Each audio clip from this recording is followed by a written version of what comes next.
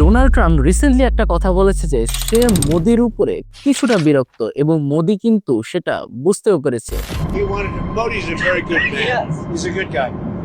He knew I was not happy, and it was important to make me happy. They do trade, and we can raise tariffs on them very quickly, and it would be People are very afraid bad of for that. them. তবে আপনারা কি America এবং ইন্ডিয়ার মধ্যে একটা মিল খুঁজে পান? America এবং ইন্ডিয়ার মধ্যে অন্যতম একটা মিল হচ্ছে দখলদারিতার স্বভাব। আমেরিকা রিসেন্টলি যে সকল স্টেপ নিচ্ছে তারা তাদের আশেপাশের যেই কয়টা স্টেট আছে সেই সকল স্টেটগুলোকে তাদের আন্ডারে করে নিতে যাচ্ছে। সম্প্রতি আমরা ভেনেজুয়েলাকে দেখেছি, ইনফ্যাক্ট তারা কলম্বোকেও কিন্তু হুমকি দিয়েছে। ইন্ডিয়া কিন্তু ঠিক তেমন পথে আগাচ্ছে। ইন্ডিয়া বাংলাদেশকে তার দখলে নিতে চায়। ইন্ডিয়া দখল নেওয়ার পরে হয়তো মায়ানমারকে, ভুটানকে, নেপালকে, এই সকল কান্ট্রিকেও তাদের নিজেদের দখলে নিতে চায়। আপনি হয়তো বলতে পারেন এই কথাগুলো আনইউজুয়াল, বাট এটাই ট্রু। ইন্ডিয়ার যে হায়দ্রাবাদ আছে, হায়দ্রাবাদ কিন্তু ইন্ডিয়ার ছিল না। হায়দ্রাবাদ একটা স্বাধীন সার্বভৌম রাষ্ট্র ছিল যেটা ইন্ডিয়া নিজেদের দখলে করে নিয়েছে।